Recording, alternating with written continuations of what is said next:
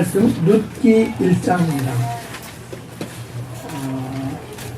룻기는 구약 성경에 좀 작은 그런 성경이라서 찾기가 조금 어려울 텐데요.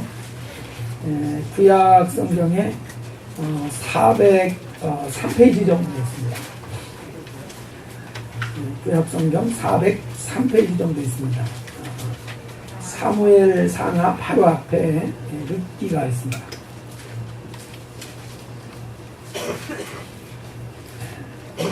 룻기 1장 19절에서 22절까지 제가 한 절을 읽고 여러분이 한 절을 읽고 이렇게 교독하겠습니다. 이에 그 두 사람이 행하여 베들레헴까지 이르니라. 베들레헴에 이를 때에 온 성읍이 그들을 인하여 떠들며 이르기를 이가 나옴이냐 하는지라. 나오미가 그에게 이르되 나를 나오미라 하지 말고 나를 하시면서 이는 죽는 자가 반드시 괴롭게 하셨습니다. 내가 풍족하게 나갔더니 여호와께서 나로 비어 돌아오게 하셨느니라. 여호와께서 나를 징벌하셨고 전능자가 나를 괴롭게 하셨거늘 너희가 어찌 나를 나옴이라 칭하느뇨 하니라. 나오미가 모압 지방에서 그의 자손이 모압의 누가 함께 돌아가는데 그들이 몸이 주수 시작할 때에 그들에게 이르렀더라. 아멘. 할렐루야. 우리 지난주에 인사도 하신 대로 장례 예배가 있었습니다. 또 여러 가지로 또 참여하시고 봉사 주님을 특별히 감사를 드리고 이번에 정말 예상치 않게 동생을 또 딸을 또 여의게 돼서 많이 마음이 아프실 텐데 그래도 또 잘 이렇게 합력해서 무사히 절차들 마쳐서 감사합니다. 이번 기회를 통해서 말씀하신 대로 정말 예수를 알게 되고 또 신앙을 갖게 된다면 또 굉장히 의미 있는 그런 기회가 되리라고 믿습니다. 우리가 이런 일을 만날 때마다 우리가 가끔 이런 그 장례 일들을 접하게 되지 않습니까? 이럴 때마다 늘 생각하는 것이 인생이 어떤 것이냐, 무엇이냐 이런 거를 정말 생각해 보지 않을 수 있습니다. 인생이라는 것이 정말 대단하고 화려한 것 같지만은 사실 그 마지막 그 결국을 보면은 그렇지도 않다라는 것을 깨닫게 되기 때문에 인생이 무엇이냐 또 어떻게 살아야 되느냐 이런 것들 분명히 생각하게 됩니다. 그리고 어떻게 한 것이 어떻게 사는 것이 정말 잘 사는 그런 인생이 될 것이냐 이런 그 좀 무겁지만은 또 한번 생각하지 않을 수 없는 그런 주제를 생각하게 됩니다. 이 읽은 본문에도 보면은 이 나옴이라는 한 여인의 그 생애가 짧게 나오고 있지 않습니까? 이 나옴이라는 여인, 처음에는 크게 보통 사람과 다를 바 없는 그런 그 모습의 그 삶을 살고 있었습니다. 어떻게 보면은 평범하지만은 그래도 큰 어떤 그 어려움 없이 웬만큼 삶을 살아갔던 그런 그 여인인 것 같습니다. 다만 살던 동네 그 베들레헴에 흉년이 드는 바람에 그 흉년을 해결하기 위해서 그래도 흉년이 아닌 그런 그 동네 모압이라는 그런 이웃 나라로 옮겨가서 살게 된 것입니다. 그러니까 한마디로 이민을 간 것이죠. 그 이민 갈 때에는 그래도 가족들이 다 있었습니다. 그러니까 남편도 있고 또 아들도 이제 하나도 아니고 둘씩이나 있고 그래서 이제 정상적인 그런 가정이었고 그리고 21절에도 보면은 내가 풍족하게 나갔더니 이렇게 말하고 있어요. 그래서 가정이 이렇게 궁핍하지도 않은 그런 그 좀 여유 있는 그런 상태로 모압으로 이민을 갔습니다. 물론 이민을 간 것은 더 잘 살아보려고 갔겠죠. 그런데 그 이민 간 모압 지방에서 살아가면서 이 나옴이라는 여자에게 정말 예상치 못한 큰 환란이, 큰 어려움이 닥쳐왔습니다. 1장의 앞부분에 보면은 모압 지방에 가서 살 때 먼저 그 나오미의 남편이 죽게 되는 일이 발생을 했습니다. 참 그 남편을 잃는다는 것이 참 감당하기 쉽지 않은 일이죠. 그래서 남편을 잃은 뒤에 두 아들을 그 모압에서 이제 며느리를 얻어서 결혼을 이제 시킨 것입니다. 그러니까 며느리를 얻었기 때문에 좀 위로가 되는가 했는데 그 며느리들이 자식도 낳기 전에 아들들이 전부 다 세상을 떠나게 되는 이런 그 문제가 이제 발생을 한 것입니다. 그러니까 굉장히 이 나오미라는 사람의 입장에서는 참 그 예상치 못한 그런 이별과 또 예상치 못한 그 이제 상황이 그에게 이렇게 다가왔던 것입니다. 그러다 보니까 이 나오미라는 여인이 아마 가지고 있던 그런 그 재물이나 이런 것도 다 이제 허비하게 되는 상태가 되었을 것입니다. 다시 말해서 가난해지는 이런 그 상태가 이제 됐다는 얘기입니다. 이 가난해진다는 거 여러분 좋은 것입니까? 나쁜 것입니까? 판단이 안 서십니까? 할렐루야. 가난해도 좋다. 할렐루야. 판단이 안 서시는 것 같아서 자세히 설명을 드리면은 이 가난이라는 것, 히브리어로는 여기에 이 아나임이라는 그런 단어가 있습니다. 이 말과 함께 아나우, 아나임 이런 표현으로 이렇게 가난이라는 단어가 나오는데 이거는 이제 다른 의미가 아니고 자기 자신이 자기를 구원할 능력이 없는 상태, 이것을 가르쳐서 가난이다 이렇게 이제 말하고 있습니다. 이런 복잡한 얘기하지 않고 우리가 쉽게 가난이라는 거 다 알고 있지 않습니까? 가난이라는 것은 넘쳐 흐르는 것입니까? 부족한 것입니까? 이건 부족한 것입니다. 부족해. 뭔가 결핍한 상태, 이것을 가난이라고 이렇게 말합니다. 그러니까 가난이 정말 축복이라고 이렇게 생각하기는 어렵습니다. 그래도 뭔가 정말 넉넉한 것이 다 좋다 이렇게 생각을 하는데, 근데 우리 주님은 참 역설적이십니다. 주님은 이 가난에 대해서 특별히 육체적인 물론 가난을 얘기하는 건 아닙니다. 여기서는 마음 상태를 얘기하는 겁니다. 적어도 마음 상태가 가난한 사람은 참 복이 있는 사람이라고 선언하셨습니다. 그러니까 주님이 보실 때는 그 마음이 정말 가난한 심령이 복이 있는 사람이다 이렇게 주님이 가르쳐 주셨기 때문에 가난한 심령, 그러니까 육체적인 면을 얘기하는 것이 아닙니다. 심령의 상태, 그러니까 마음의 상태가 아주 가난한 상태라면은 그 사람은 정말 복 있는 사람이다 이렇게 주님은 판단하셨습니다. 우리가 마음이 가난하다, 마음이 가난하다. 이것도 이제 쉽게 이해할 수도 있을 것 같지만은 쉽게 잘 이해가 안 갈 수도 있을지 모르겠습니다. 이런 그 마음이 가난하다는 것 무엇을 의미하겠습니까? 여러 가지로 우리가 이제 정리를 할 수 있겠지만은 이 마음 속에 뭔가 그래도 믿고 뭔가 이렇게 의지할 수 있는 대상이 있지 않습니까? 마음에 우리 시리말로 믿는 구석이 있다고 이렇게 말하잖아요. 믿는 구석. 바로 그 구석이 하나도 없는 사람이 가난한 심령인 줄 믿습니다. 믿는 구석이 하나도 없는 사람, 의지할 대상이 하나도 없는 사람, 아무리 눈 씻고 찾아봐도 자기가 좀 기댈 만한 이런 그 대상, 이런 그 사람, 이런 어떤 그 세상에 가진 것, 이런 것들이 전혀 없는 상태, 이런 상태를 가지고 있는 심령. 이 심령은 아주 어떻게 보면 초라한 심령일 수도 있고, 또 세상적으로 볼 때는 참 안타깝고 불행한 그런 모습으로 보여질 수 있습니다. 그런데 주님께서는 역설적으로 말씀하셨어요. 오히려 그런 심령은 진짜 복이 있는 심령이다. 진짜 복이 있는 심령이다.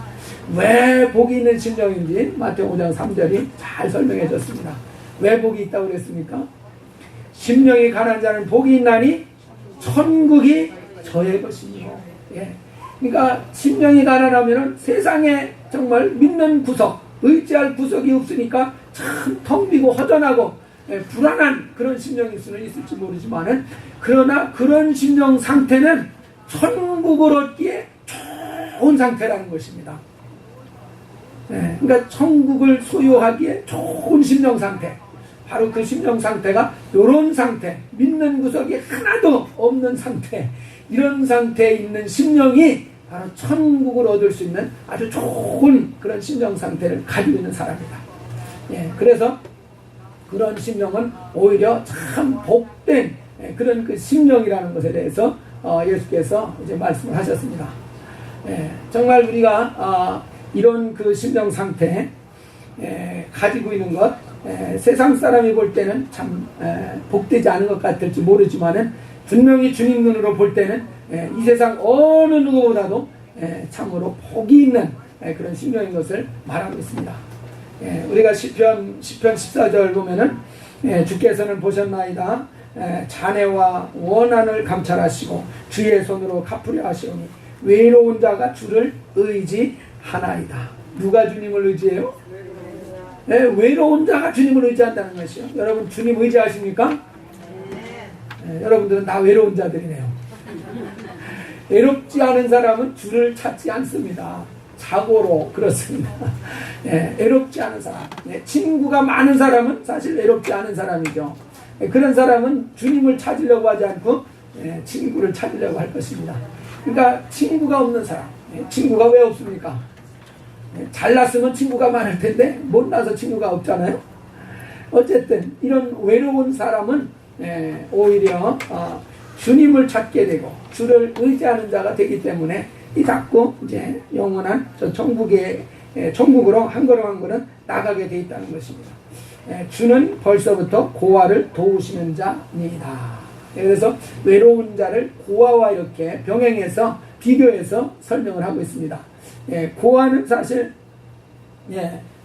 의지할 부모도 없고 어떻게 보면 정말 형제도 마땅히 없는 이런 그 상태일 때 정말 심령이 가난한 상태죠. 바로 이런 상태에 있는 사람들 주님께서는 도우시고자 하신다 하는 이런 그 표현을 사용하고 있습니다.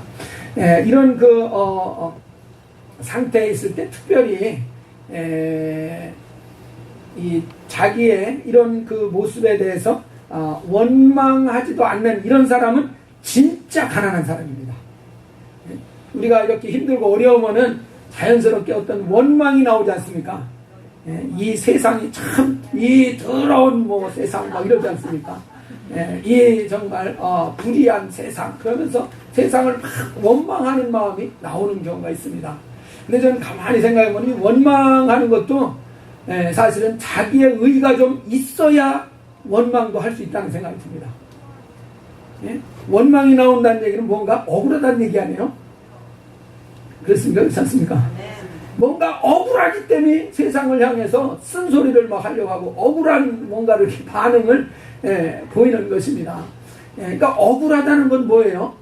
정당하지가 않다는 얘기거든요. 자기가 한 만큼 정당하게 받지를 못한 것 같을 때 억울한 걸 느끼고 그래서 원망 불평이 나오게 되어 있다는 것입니다. 그렇기 때문에 벌써 원망 불평이 나오는 사람은 그래도 뭔가 여전히 자기 속에 의가 있다는 것을 전제로 하는 것입니다. 그러니까 의가 정말 없다고 생각하는 사람은 절대로 원망 불평하지 않습니다. 의가 전혀 없는 사람은 절대로 목사님 원망하지 않습니다.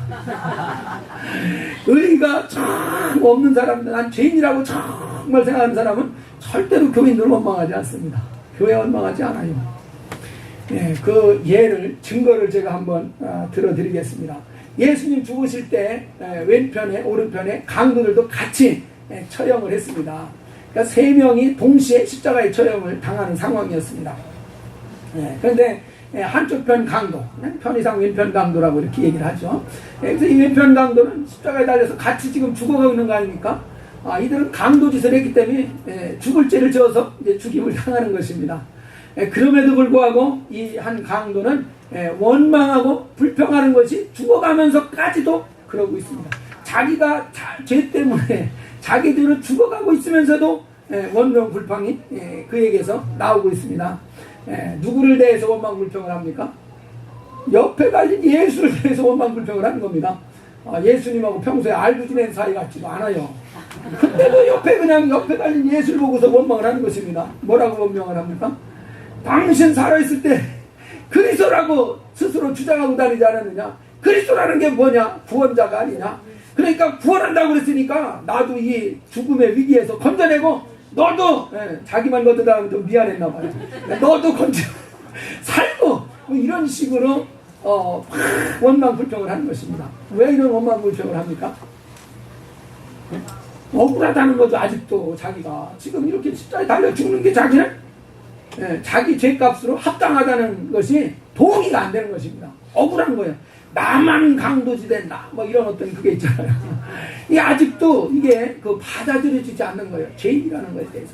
이 죽음에 대해서 받아들여지지 않는 것입니다. 불공평한 것 같고, 자기가 행한 것보다 더 많은 어떤 지나친 형벌을 받는 것 같고, 억울한 것입니다. 그러니까 자기 의가 여전히 남아있는 사람이죠. 남아있는 사람이죠. 반면에 여러분, 오른편에, 다른 편의 강도는 그 얘기를 들으면서 그 한쪽 강도를 뿌듯했습니다. 아니, 네가 동일한 죄를 범해서 이렇게 동일한 형벌을 당하면서도 아직도 네가 그렇게 원망을 할 수 있느냐. 우리가 지은 죄에 합당한 형벌을 받는 것 당연하다. 이렇게 얘기를 합니다. 당연하다. 이 얘기는 무슨 얘기겠습니까? 자기가 지금 십자가 형벌을 받는 것이 억울하다는 거예요? 억울하지 않다는 거예요? 억울하지 않다는 것이. 그러니까 자기의 죄를 깨달았습니까? 못 깨달았습니까? 깨달은 사람이에요. 내가 이렇게 십자가 형벌 받는 거는 싸다. 내 잘못한 거기 때문에 이런 형벌 받는 거 당연하다. 이거 받아들인 것이. 그러니까 자기의 죄를 인정한 것이죠. 자기 죄를 인정한 것이죠. 그 말은 한 걸음 더 나가면 회개하고 있다는 사실입니다. 나는 이런 형벌을 받는 거 당연하다. 이런 형벌을 받는 거 당연하다. 나오미가 이런 정말 남편 잃고 자녀 잃고 이런 것들에 대해서 정말 애통해하지 않습니까? 그러나 나는 부족한 자이기 때문에 이런 정말 환경 맞이하는 것 어쩔 수 없다. 뭔가 이렇게 하는 것 쉽지 않습니다. 근데 어쨌든 이 강도는 당연하다 이 말을 하고 있습니다. 그러면서 그 한쪽 강도가 뭐라 그럽니까? 주의 나라가 임할 때 나를 기억하소서 하고 이 한 말씀을 부탁을 드립니다. 그러니까 예수님이 뭐라고 그러십니까? 내가 오늘 나와 함께 낙원에 있으리라. 할렐루야. 즉시로 그에게 주님 응답하셨습니다. 반응하셨습니다. 무엇을 약속하셨습니까? 낙원을 약속하셨습니까? 낙원이라는 건 천국 아닙니까? 천국의 한 부분 아니에요. 그러니까 천국을 그에게 허락하심을 봅니다. 그러니까 이 오른편 강도는 심령이 부유합니까? 가난합니까? 가난한 사람이면 알 수 있죠. 가난한 자에게 하나님이 천국을 주신다고 하셨으니까 천국이 그들의 것이라고 그랬으니까. 그래서 여기에서 회개한 이 강도가 있고 정말 십자가를 죽으면서도 회개하지 않고 여전히 원망하는 강도가 있습니다. 여러분은 어떤 모습인 것 같습니까? 여전히 원망 불평하지 않습니까? 여전히 불공평하다고 이렇게 뭔가 저항하고 뭔가 반항하는 이런 것이 남아있지 않습니까? 여러분 혹시 왼편 강도 모습 아니에요? 원망 불평하는 분은 왼편 강도인 줄 인정하시기 바랍니다. 가만히 있으시죠 또. 원망 불평 안 하셨어요? 한 주간에? 우리는 십자가에 달리진 않았지만은 여러분 점점 살고 있습니까? 점점 죽어가고 있습니까? 육체가? 여러분도 점점 죽어가고 있어요. 십자가에 달렸으면 그게 하루 정도에 그냥 딱 죽음이 다가오는 거지만은 우리는 좀 몇십 년 걸리는 것 뿐이지 죽어가고 있는 것은 다르지 않다는 것입니다. 죽어가고 있는 것은 다르지 않아요. 정말 그런 상황에서 여러분 어떤 이유로든지 원망과 불평이 나오려고 하면 나는 왼편 강도구나 이렇게 생각하시기 바랍니다. 나는 왼편 강도다. 이렇게 생각하시고 돌이키시기 바랍니다. 이 왼편 강도 딱 볼 때 못돼 먹었잖아요. 참 못돼 먹었잖아요. 이게. 그러니까 나는 왼편 강도구나 이렇게 생각하시고 이 못돼 먹은 놈 용서해 주시옵소서. 이 못돼 먹은 여자 용서해 주시옵소서. 이렇게 하면은 주님께서 천국으로 축복하실 줄 믿습니다. 천국을 주시는 사람이 된다는 것이. 그러니까 우리가 이 정말 원망 불평한다는 것이 어떤 모습인가 바로 왼편 강도의 모습이라는 것을 항상 정말 기억하시면은 틀림이 없을 것 같습니다. 어쨌든 이런 것을 볼 때에 정말 이 오른편에 달려있더니 강도 비로소 불행하죠. 좀 안타깝긴 하죠. 그때서야 깨달았으니까 너무 안타깝죠. 진작에 깨달았으면 그 십자가에 안 달릴 수도 있지 않습니까? 진작에 깨달았으면 좋았을 텐데 그때라도 비로소 자기 죄를 깨달은 것입니다. 그리고 그가 정말 그 죄를 달게 받아들이는 것을 볼 수 있습니다. 그러니까 비로소 그때서야 심령이 가난해진 것이죠. 예, 그 가난해진 심령에 바로 하나님 나라가 임하고 있는 것을 볼 수 있지 않습니까? 예, 그래서 바로 이렇게 심령이 가난해진다면은 정말 복이 있는 심령인데 왜 복이 있는 심령이냐? 천국이 그들의 것이 되기 때문에 그렇다는 것입니다. 할렐루야. 예, 여러분 정말 이 예수를 믿는다는 것이 얼마나 엄청난 일입니까? 예수 믿는 사람은 다 저는 심령이 가난한 사람이라고 믿습니다. 안 그래요?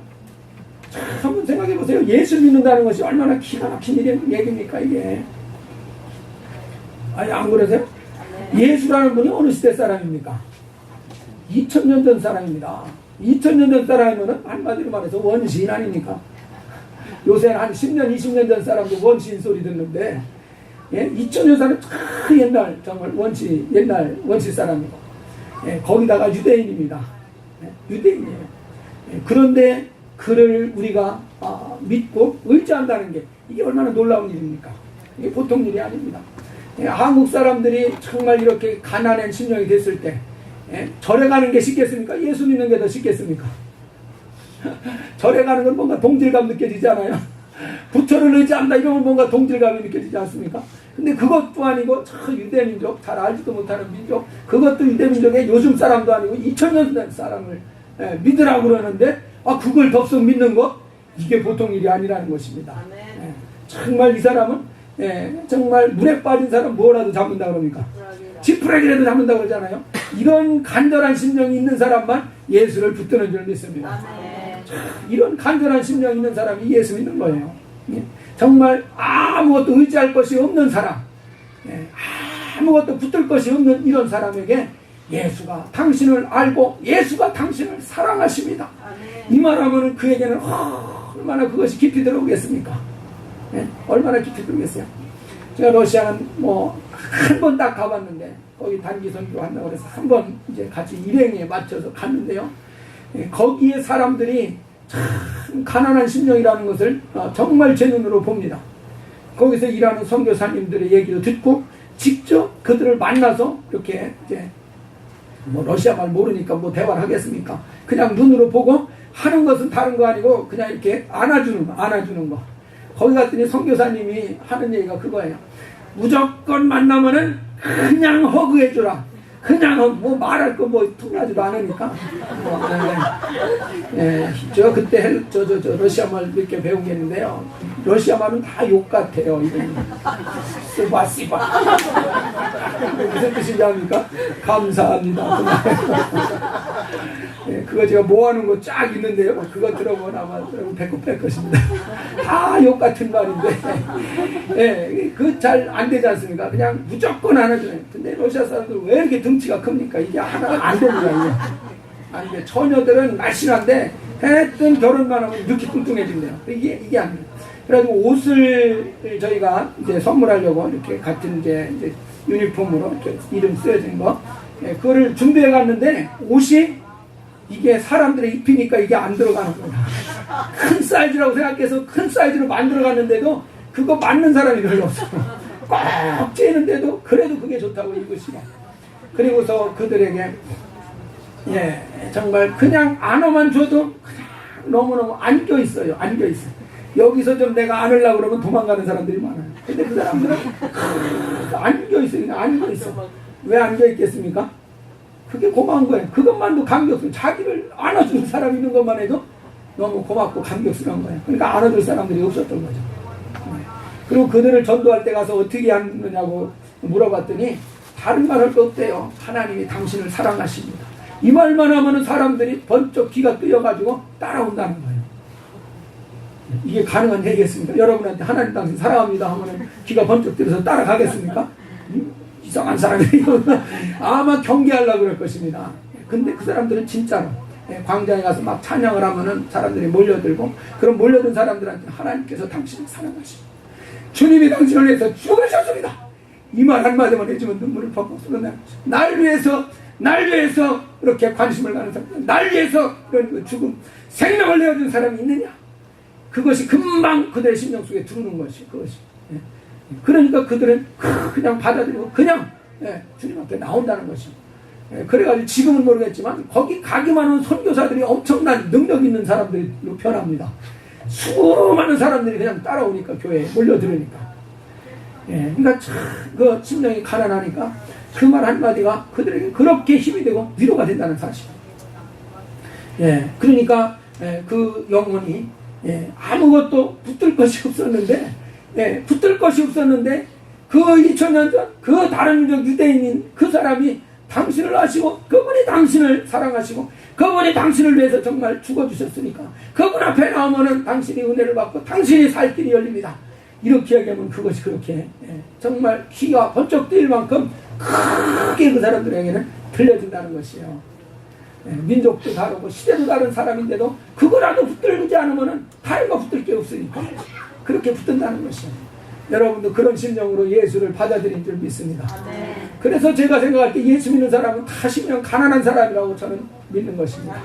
제 믿음이 틀렸습니까? 그렇게 안 틀렸죠? 사실 여러분 생각해 보세요. 예수 믿을 때 여러분의 심령이 지금은 어떤지 모르겠지만 예수를 받아들일 때는 적어도 그런 심령이었을 줄 믿습니다. 참 가난한 심령 아니었습니까? 무엇이라도 붙들을 거 아무것도 없는 그런 상태 아니었습니까? 그런 상태에서 예수를 믿었어야 제대로 예수 믿는 맛을 봤을 것입니다. 근데 뭔가 의지할 것 있는데 참 인심 써서 예수 믿은 사람은 그 참 믿음의 그 참맛, 그 가난한 심령이 참 구주를 만날 때 그 감격, 탕자가 돌아와서 그 아버지와 제한 어떤 감격, 이런 게 별로 없을 것입니다. 그런 사람은 양보해주고 믿은 사람, 믿어 줄게 이런 식으로 한 사람은 그 감격 별로 없습니다. 그러나 정말 가난한 심령에 있을 때 아무것도 붙들 것이 없고 믿을 구석이 없고 의지할 구석이 없는 상태였다가 그 상태에서 주님을 발견했을 때 그 사람은 감격스럽게 주님을 맞이하는 자가 되었을 줄 믿습니다. 그게 바로 가난한 심령의 상태이기 때문에 그러기 때문에 예수를 믿을 수 있고 그러기 때문에 천국을 소유할 수 있는 자가 된다는 것입니다. 그러기 때문에 그러니까 여기에서 오늘 읽은 나오미도 한번 보십시오. 정말 이민을 갈 때 그곳에서는 정말 남부럽지 않게 살았을 것입니다. 그러나 남편 잃어 두 자식 잃어 재산 다 잃어 점점 그 가지고 있는 것을 잃어버리다 보니까 점점 그 영혼이 가난해져 가는 상태가 되어버리지 않았겠습니까? 마침내는 더 이상 그 이민한 곳에서 살 수 없다고 판단을 해서 고향으로 돌아올 결정을 하지 않습니까? 더 이상 그곳에 살 수 없는 것입니다. 그래서 그 고향으로 돌아올 때 이제 며느리였던 오르바는 이제 자기 민족에게로 돌아갔지만 루시라는 이 둘째 며느리는 끝까지 그 시어머니를 놓지 않고 따라와서 지금 같이 여기에 이제 온 것입니다. 19절 말씀은 이에 그 두 사람이 그러니까 나오미와 루시 행하여 베들레헴에 이르니라. 베들레헴에 이를 때 온 성읍이 그들을 인하여 떠들며 이르기를 이가 나오미냐 하는지라. 참 기막힌 얘기 아닙니까? 아니 저게 나오미가 맞느냐 이런다는 얘기예요. 무슨 얘기입니까? 기막힌 얘기 아닙니까? 갈 때는 포무도 당당하게 갔는데 이렇게 초라해진 모습으로 돌아오는데 저게 진짜 나오미가 맞느냐 이런 말이 나오는 것입니다. 저게 진짜 나오미냐 이런 얘기가 나오는 것입니다. 이 말을 들을 때 나오미는 기분이 어떻겠습니까? 마음이 어떻겠어요? 얼마나 정말 마음이 아프겠습니까? 정말 얼굴을 들을 수도 없고. 그러니까 나오미가 하는 말이 20절에 나오지 않습니까? 나오미가 그들에게 이르되 나를 나오미라 칭하지 마라. 나오미라 칭하지 마라. 나오미라는 말은 기쁨이라는 뜻입니다. 그 이름이 뜻이 기쁨입니다. 그러니까 나를 나오미라고도 부르지 마라. 나는 나오미라고도 불릴 만한 그런 여건이 되지 않는 사람이다. 내 이름조차도 정말 자기가 감당할 수 없다는 이런 고백을 합니다. 차라리 나를 마라라 불러달라. 이 마라라는 말은 쓰다는 뜻입니다. 괴롭다는 뜻입니다. 아주 괴로운 여인이라는 의미로 마라라고 차라리 불러달라. 이렇게 얘기합니다.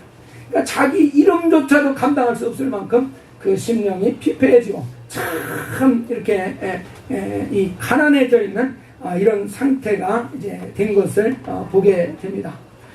정말 이런 상태에 이르는 것에 대해서 21절에서 내가 풍족하게 나갔더니 하나님께서 나로 비어 돌아오게 하셨습니다. 다 잃어버리고 빈 상태로 돌아오게 만들었다. 이 빈 상태가 무슨 상태요? 가난한 상태죠. 심령이 가난한 상태죠. 그래서 여호와께서 나를 징벌하셨다 이렇게 생각하는 것입니다. 나는 벌받았다 이렇게 여기고 있습니다. 전능자가 나를 괴롭게 하셨으니 어찌해서 나를 나오미라 칭하느냐. 나오미가 지금 이 시점에서는 너무나 비법인 마음이고 정말 하나님 앞에 벌받은 거구나 이렇게 여기고 있었습니다. 그러나 나오미가 정말로 벌을 받고 정말로 저주를 받은 것이었을까요? 반전이 있습니다. 반전이 있어요. 22절에 보면 나오미가 모압 지방에서 그 자부 모압 여인 룻과 함께 돌아왔다. 누가 있습니까? 룻이라는 모압 며느리 하나가 그에게 남아 있습니다. 룻이라는 모압 며느리 하나가 남아 있습니다. 그러니까 정말 나오미로서는 아무것도 의지할 것이 없는데 그래도 그냥 이건 의지하고 싶은 그런 대상도 아니지 않습니까? 이방 여자니까. 근데 그에게 룻이라는 여자가 있는데 이 룻을 통해서 나오미가 다시 부활한다는 사실입니다. 소생한다는 사실이에요. 바로 나오미가 그 며느리 룻을 통해서 자손을 얻게 됩니다. 다시 그러니까 보아스라는 남자와 그 친족과 이제 결혼을 하게 되고 그래서 얻은 자식이 누굽니까? 오벳이라는 자식이죠. 오벳이 얻은 자식이 이세고 이세에게서 낳은 자식이 바로 유명한 누굽니까? 다윗 왕인 것입니다. 정말 이스라엘에서 가장 훌륭한 왕으로 지금까지도 추앙받는 사람이 다윗입니다. 이런 훌륭한 후손을 나오미가 얻게 되는 이런 엄청난 축복의 역사가 일어났습니다. 근데 그러한 축복의 역사가 일어나기 전에 무엇이 있었습니까? 그 심령이 비일 대로 비게 되는 이런 과정을 겪었다는 사실입니다. 그러니까 돌이켜보면 당장 나오미가 정말 아비도 잃고 자식도 잃고 재산도 잃고 한 것이 당장 보기에는 하나님 앞에 징벌을 받은 것 같고 당장 하나님 보시기에 저주를 받은 것 같은 상황이라고 여겨질지라도 그것으로 인해서 그 심령이 비일 대로 비어지고 가난해질 대로 가난해지는 상태로 주님은 낮춰버리셨습니다. 근데 그것으로 끝난 것이 아니고 롯이라는 정말 생각지 않은 그 며느리를 통해서 그의 정말 후대가 엄청나게 정말 번창하는 이런 역사가 열렸다는 사실이에요. 분명히 이런 엄청난 그 후손의 영광을 그 축복을 받게 하시기 전에 하나님께서는 그 영혼으로 하여금 축복을 받을 수 있는 그릇을 만들었다는 사실입니다. 축복을 만드는 그릇이 만들어지게 하기 위해서 바로 이런 그 어려운 고난을 바로 과정을 거치게 했다는 사실을 우리가 깨닫는 것입니다. 근데 우리가 때로는 정말 이해할 수 없을 만큼 우리가 힘들고 어려움 속으로 정말 몰아져가는 이런 상황을 우리 살다 보면 맞이할 수 있습니다. 정말 자기만 저주받은 것 같고 자기만 하나님 앞에서 뭔가 버림받은 것 같이 힘들고 정말 낭망되는 상황이 있을지 모르겠습니다. 바로 그런 상황에서 우리는 이 말씀을 기억할 수 있기를 원합니다. 나오미가 그런 상태, 아주 절망적인 상태로 빠져 들어갔지만 사실은 그 영혼이 복을 받을 수 있는 그릇으로 빚어가고 있었던 것입니다. 복을 받을 수 있는 그릇으로. 복을 받을 수 있는 그릇이라는 건 다른 것이 아니고 가난한 심령으로 만들어간 것입니다. 정말 낮아진 심령으로 주님께서는 이렇게 계속해서 다듬어 간 것입니다. 그리고 정말 그 그릇이 완성됐을 때 주님께서는 그를 통해서 주님의 엄청난 역사를 정말 이루게 하시는 것을 분명히 본다는 것입니다.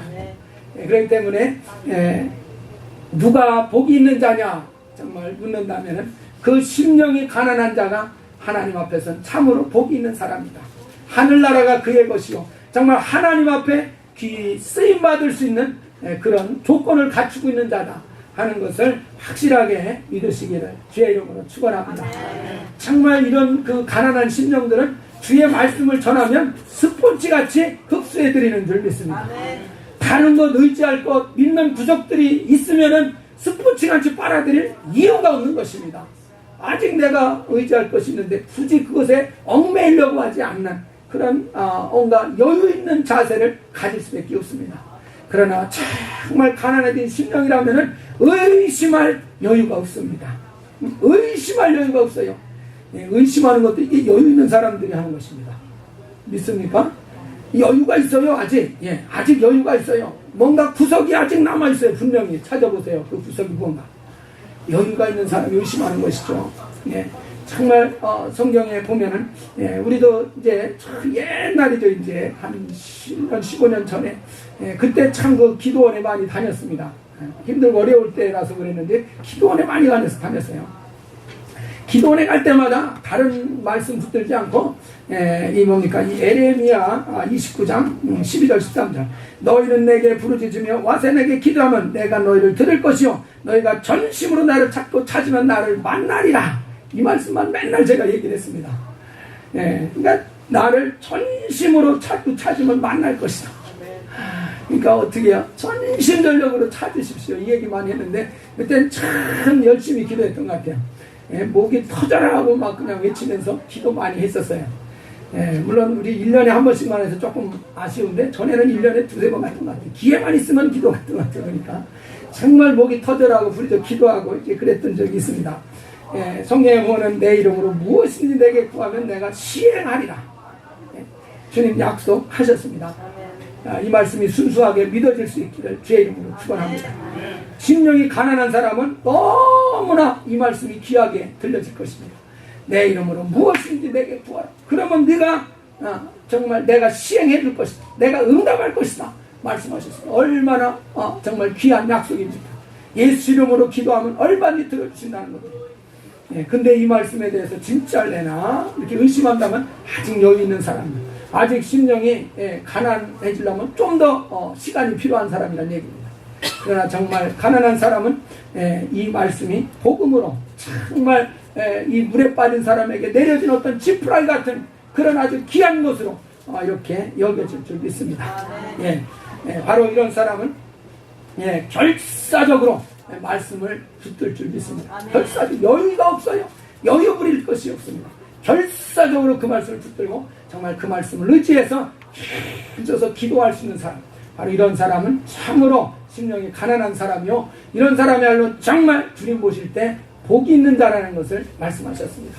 그래서 우리가 주님 보실 때에 정말 복이 있는 사람, 얼마나 복이 있는지 저 하늘까지도 정말 소유할 수 있는 이런 참으로 복이 있는 사람 우리 모두 다 될 수 있기를 주의 이름으로 축원합니다. 그래서 참으로 나오미와 같이 정말 주님을 위해서 아름답게 귀하게 쓰임받을 수 있는 여러분과 여러분의 후손이 될 수 있기를 주의 이름으로 축원합니다. 우리 기도하겠습니다. 이 시간 기도하실 때 정말 지금은 깜깜할지 모르겠습니다. 정말 남편도 이런 것 같고 자녀도 이런 것 같고 정말 재물도 이런 것 같고 이렇게 나오미가 처음같이 깜깜할 수 있을지 모르겠습니다. 그러나 우리를 주님이 빚으시되 가난한 심령으로 빚으셔서 정말 예수를 믿으라 하는 그 말씀을 겸손하게 붙들고 겸손하게 받아들일 수 있는 심령으로 우리를 이끌어 가시는 줄 믿습니다. 그래서 예수를 받아들이고 예수를 붙들기 시작한다면 이제 반전이 일어나고 정말 하나님의 큰 일을 위해서 아름답게 쓰여지는 삶으로 분명히 변화가 될 줄 믿습니다. 그래서 우리의 영혼 정말 하나님의 그 복을 받은 영혼 될 수 있다. 이렇게 천국이라도 소유할 수 있을 만큼 참으로 낮아지고 겸손한 그 심령 되게 하셔서 주님 해주시는 복 참으로 풍성히 누릴 수 있는 내 영혼 되게 해주옵소서. 우리 내 영혼을 위해서 간절히 기도하겠습니다. 우리 하나님 아버지시여 우리의 영혼을 보시기 원합니다. 하나님 아버지여 주님 보시기에 진실로 복이 있는 심령 되게 해주시옵시고 참으로 주님이 보시기에 진실로 하나님 아버지여 참으로 인정받을 수 있는 심령 되게 주옵소서. 참으로 주님이 쓰실 수 있는 심령이 되게 하여 주옵소서. 오직 가난한 심령, 낮아진 심령을 우리 주님이 찾으시고 우리 주님이 그들을 사용하시고 또 주님과 나타내시는 것을 봅니다. 하나님 아버지 앞에 참으로 쓰임받을 수 있는 영으로 예비해 주시옵시고 하나님이 은혜 아버지와 천국의 영광을 나타내 줄 수 있는 것으로 쓰여질 수 있을 만큼 우리 주님 앞에 겸손하며 우리 주님 앞에 참으로 아버지와 가난한 심령요 낮은 심령이 될 수 있게 인도하여 주시옵소서. 예수님의 이름으로 기도합니다.